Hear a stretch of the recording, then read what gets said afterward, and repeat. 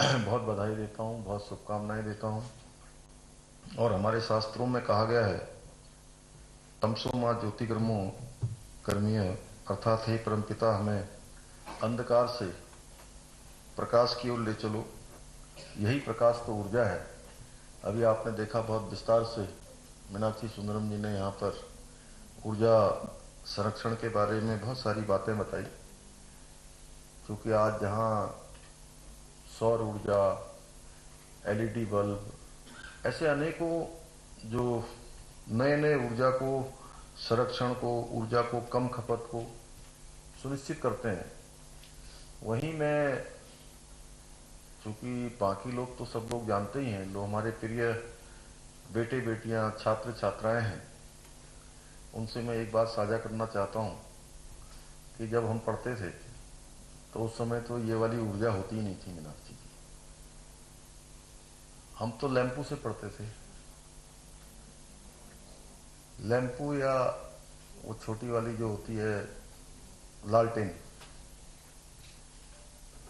मेरे ख्याल से और ध्यानी जी वगैरह ने तो और ज़्यादा उससे पढ़ा होगा। हमारे समय में तो यही होता था, वो लैंपू छोटा वाला। हाँ, डिबिया होती थी। और रोज शाम को जो है कुछ घंटों के लिए हम जो है उसको, चूंकि इतना ज़्यादा कैरोसिन, जो मिट्टी का तेल बोलते हैं, वो मिलता भी नहीं था बच्चों, तो हम लोगों को जो है वो ये होता था कि 2 घंटे, 1 घंटे, 1.5 घंटे, आधा घंटे, इस हिसाब से उसको जलाना पड़ता था। और रोज उसको जो है मतलब शाम को साफ करते थे पहले, फिर उसके बाद उस ऊर्जा को भी बचाते थे हम लोग, क्योंकि वो ऊर्जा भी बहुत सीमित थी। तो आज के समय में जहां हमारे पास बहुत सारे साधन, संसाधन, ज्ञान, विज्ञान बहुत तेजी से आगे बढ़ा है। अभी हम लोग बाहर प्रदर्शनी देख रहे थे, तो यहाँ पर जहाँ सोलर पंप, सौर ऊर्जा के तमाम पैनल, तमाम प्रकार की लाइटें और जगह जगह पर दिखाई दे रहा है, लेकिन उसके बावजूद भी जब तक हम स्वयं को, जैसा इन्होंने कहा सुंदरम जी ने, कि स्वयं को बदलना, स्वयं की आदतों में सुधार करना, ये अगर हम शुरू कर दें, और जो भारत सरकार ने भी लक्ष्य लिया है कि 2030 तक जो ऊर्जा की खपत है उसको 15% कम करना है, और ये बहुत बड़ा काम होगा। इसकी शुरुआत हमें उत्तराखंड राज्य से भी इसलिए भी करनी है क्योंकि उत्तराखंड राज्य एक ऐसा राज्य है जहां पर प्राकृतिक जो साधन है, संसाधन है, हमारे पास जो स्रोत हैं, वो अत्यधिक मात्रा में है। लेकिन उन स्रोतों को केवल हमारे उपयोग के लिए नहीं बने हैं, और हम उपयोग उनका उस प्रकार से कर भी नहीं रहे। हम समूचे पर्यावरण को सुरक्षित करने में, संरक्षित करने में, इकोलॉजी और इकोनॉमी दोनों में संतुलन बना रहे, उसके लिए भी हम काम कर रहे हैं। प्रधानमंत्री जी लगातार जहां सौर ऊर्जा, विंड ऊर्जा, तमाम जो हमारे प्राकृतिक ऊर्जा है, उन सभी पर विशेष रूप से उनका हमेशा से एक, मैं कहूँ कि उनका एक आधिकारिक जोर रहता है। आधिकारिक रूप से वो कहते हैं, सभी का आह्वान करते हैं। तो हमको उस दिशा में निश्चित रूप से सोचना चाहिए।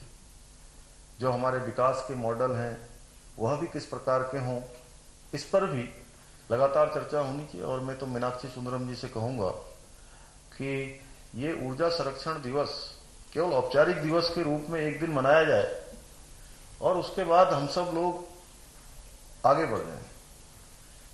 इससे काम नहीं चलने वाला है। इसको हमें अपनी आदत के रूप में, प्रत्येक दिन हमारे लिए ऊर्जा संरक्षण का दिवस है, हर दिन ऊर्जा संरक्षण है। और यह बात हम अपने इन बेटे बेटियों को ठीक प्रकार से दे पाएं, उनके माध्यम से आगे बढ़ा पाएं, तो हम एक बहुत बड़ा काम करेंगे। क्योंकि हमारे से पूरे देश की बहुत बड़ी उम्मीदें हैं। यहां जब हमारा प्रदेश बन रहा था, सचमुच यह प्रदेश जो है ऊर्जा आधारित प्रदेश बनेगा, और ऊर्जा का अत्यधिक उत्पादन केवल हमारे लिए ही नहीं, हम ऊर्जा का उत्पादन करेंगे और हम अन्य भारतवर्ष के राज्यों को, भारतवर्ष के लोगों को भी ऊर्जा देने का काम करेंगे। उस दिशा में हम कितना बढ़ पाए अभी, यह भी हमारे लिए थोड़ा एक प्रश्न है। उस दिशा में भी हम लोग काम कर रहे हैं। मैं कल माननीय प्रधानमंत्री जी से भेंट करने गया था, तब भी माननीय प्रधानमंत्री जी से हमने 44 हमारी ऐसी विद्युत परियोजनाएं हैं जो रुकी हुई हैं अभी, उन सबको हमने कहा है कि जल्दी से जल्दी उनसे अनुरोध किया है कि भारत सरकार के स्तर पर जल शक्ति मंत्रालय, ऊर्जा मंत्रालय, वन एवं पर्यावरण मंत्रालय और राज्य सरकार, जो भी उसमें जितने भी हमको नो ऑब्जेक्शन मिलने में दिक्कत हो रही है, उन सभी पर जल्दी से जल्दी हमको नो ऑब्जेक्शन मिले और हम उस दिशा में आगे बढ़े जिसके कारण से हमारा ये राज्य बना था। हम लोग जब राज्य की अवधारणा कर रहे थे, राज्य बनाने की सोच रहे थे, उस समय हमारे सामने जो राज्य की आर्थिकी का जो आधार होगा, राज्य का मूल आधार होगा, उसमें से जहां पर्यटन एक बहुत बड़ा हमारे लिए आधार था उस समय और आज भी है, वहीं इसके साथ साथ ऊर्जा भी उतना ही बड़ा आधार होगा। यह सबकी कल्पना में था। तो हमको उस दिशा में आगे बढ़ना होगा। जहां आज के अवसर पर हम ऊर्जा संरक्षण की बात कर रहे हैं, तो वहीं ऊर्जा उत्पादन के भी विशेष रूप से हमको ध्यान देने की आवश्यकता है। ऊर्जा शब्द अपने आप में अत्यंत महत्वपूर्ण है। जब संरक्षण शब्द इसके साथ जुड़ जाता है तो यह शब्द और ज्यादा प्रभावशाली हो जाता है, इसका प्रभाव बढ़ जाता है। आज का कार्यक्रम निश्चित रूप से ऊर्जा संरक्षण के क्षेत्र में आत्मनिर्भर बनाने की दिशा में जो भी हम सब काम कर रहे हैं और जो हमने 2025 की एक थीम के साथ ये काम शुरू किया है। अभी पिछले दिनों आप लोगों ने देखा होगा कि हमारी सरकार ने मसूरी में जो चिंतन शिविर 3 दिन का आयोजित हुआ था, उसमें सभी एक्सपर्ट, कुछ बाहर से भी आए थे, विभिन्न विषयों को जो विशेषज्ञ थे, उन सभी पर हमने विस्तार से चर्चा की है। और 2025 में हमारा राज्य हर दृष्टि से कैसे हिंदुस्तान के जो अग्रणी राज्य हैं, हिंदुस्तान के पहली पंक्ति के जो राज्य हैं, उन राज्यों में हम कैसे शामिल हों, उस दिशा में हम लोग आगे बढ़ रहे हैं, काम कर रहे हैं। और उसमें जो सबसे अधिक आवश्यकता है, जहां ऊर्जा संरक्षण की आवश्यकता तो है ही है, ऊर्जा जनरेशन की भी और ऊर्जा बनी रहे इसकी भी आवश्यकता है। अगर हम सब के अंदर ऊर्जा बनी रहेगी तो तभी हम लोग हिंदुस्तान के श्रेष्ठ राज्यों में शामिल हो पाएंगे। और विशेषकर मैं बच्चों से कहना चाहूंगा कि प्रिय मेरे बेटे बेटियों, ऊर्जा तभी आती है जब हमारे अंदर उत्साह होता है, और उत्साह नहीं होता है तो ऊर्जा भी समाप्त हो जाती है धीरे धीरे। इसलिए ऊर्जा निरंतर बनी रहे, निरंतर प्रभाववान रहे, निरंतर हम चलते रहें, आगे बढ़ते रहें, लगातार काम करते रहें, लगातार विचार करते रहें, लगातार अध्ययन करते रहें। उसके लिए ऊर्जा का प्रभाववान होना बहुत जरूरी है। और ऊर्जा तभी प्रभावित होगी जब हमारे अंदर उत्साह होगा। और कहते हैं कि यह सब मन के मानने से भी होता है। कहते हैं मन के जीते जीत है और मन के हारे हार। तो सुना है ना, कौन कहता है कि आसमान में छेद नहीं हो सकता? एक पत्थर तो तबियत से उछालो यार। और स्वामी विवेकानंद जी ने कहा है कि मनुष्य अनंत शक्ति का, अनंत ऊर्जा का भंडार है।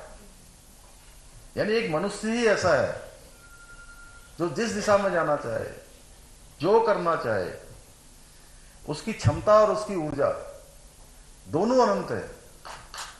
बस अपने आप को जानने की आवश्यकता है, अपने आप को पहचानने की आवश्यकता है।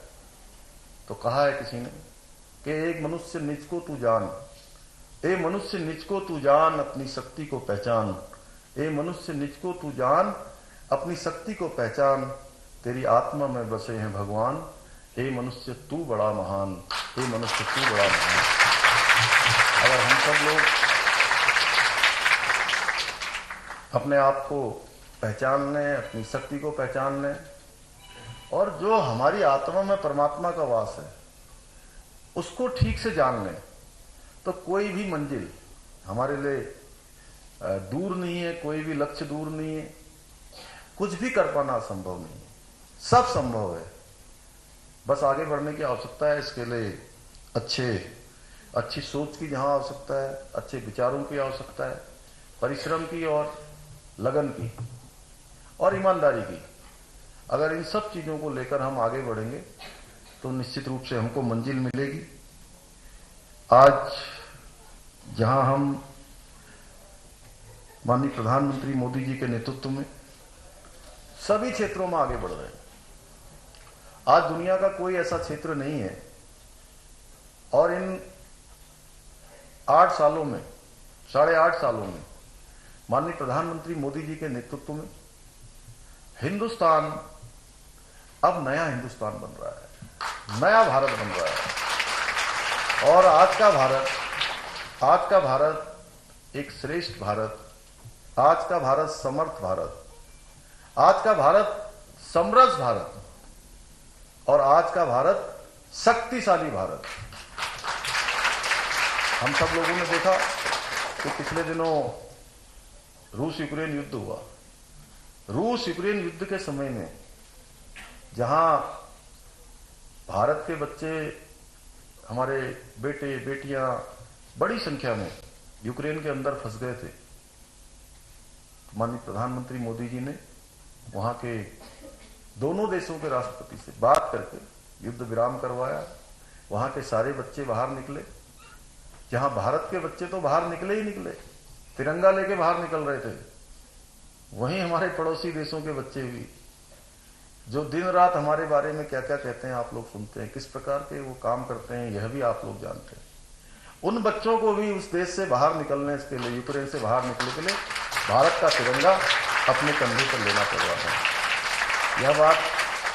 यह बात मैं इसलिए कह रहा हूं कि आज का भारत और भारतवासी हर किसी के मन में एक भाव जगाने का काम हुआ है कि हम दुनिया के किसी भी क्षेत्र में नेतृत्व कर सकते हैं।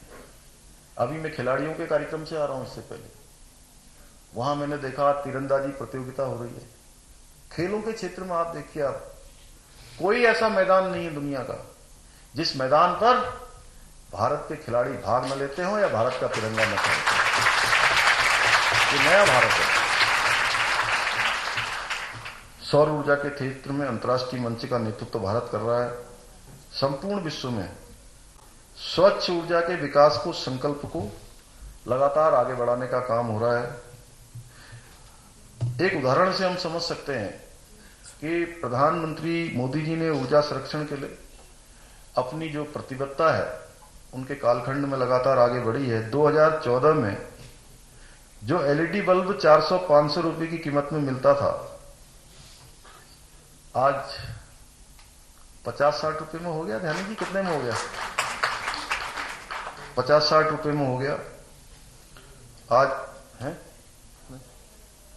70 में हो गया। चलिए ठीक है, 70 में हो गया होगा। आज प्रधानमंत्री मोदी जी के नेतृत्व में देश के संपूर्ण विकास के लिए जहां जन भागीदारी सुनिश्चित हुई है, उसका एक नजारा यहां भी देखने को मिल रहा है कि हमारे सभी बेटे बेटियों ने भी जो है इस ऊर्जा संरक्षण के जो प्रतियोगिताएं आयोजित की है उन सब में भाग लिया है। जन भागीदारी बढ़ी है और उसी का दृश्य है कि यहाँ पर इतने सारे छात्र, इतने सारी छात्राएं हमारे यहाँ पर मुझे दिख रहे हैं। मैं आप सभी को बहुत शुभकामनाएं देता हूँ, बधाई देता हूँ और हम सभी को संकल्प लेना चाहिए कि ऊर्जा संरक्षण के क्षेत्र में हम लोग जो भी कर सकते हैं, हम जितनी इसके लिए जागरूकता कर सकते हैं, जितना लोगों को इसके अभियान से जोड़ सकते हैं, बहुत छोटी छोटी चीजें हैं। हम लोग जाते हैं, अपने घरों से निकलते हैं तो कमरे का बल्ब हम बंद नहीं करते, ट्यूबलाइट बंद नहीं करते, जो भी लाइट लगी होती है उसको बंद नहीं करते हैं और वैसे ही चल देते हैं। पंखा चल रहा होता है, पंखे को छोड़ देते हैं। कई बार एसी चल रहा होता है उसको भी छोड़ देते हैं। तो ऐसे छोटे छोटे काम करके जितना ऊर्जा का उत्पादन जरूरी है उतना ही ऊर्जा का संरक्षण भी जरूरी है, उसको बचाना भी जरूरी है। तो हम लोग इसको निश्चित रूप से ध्यान देंगे, तभी आज का ये दिवस मनाना हमारे लिए सार्थक होगा। मैं पुनः सभी हमारे प्यारे बेटे बेटियों को, छात्र छात्राओं को, सभी को आज बहुत शुभकामनाएं देता हूं और सभी इस कार्यक्रम में पधारे लोगों को, इसके आयोजकों को, सबको बधाई देते हुए, शुभकामनाएं देते हुए कि ऊर्जा संरक्षण का दिवस निश्चित रूप से हमारे लिए इस दिशा में एक मील का पत्थर साबित होगा। हम इस दिशा में आगे बढ़ेंगे और आज से संकल्प लेकर हर क्षेत्र में जो भी हमारा योगदान हो सकता है, इस योगदान को अपने लिए, अपने प्रदेश के लिए और देश के लिए देना सुनिश्चित करेंगे। इतना ही आप सबसे कहते हुए अपनी वाणी को विराम देता हूं। बहुत बहुत धन्यवाद।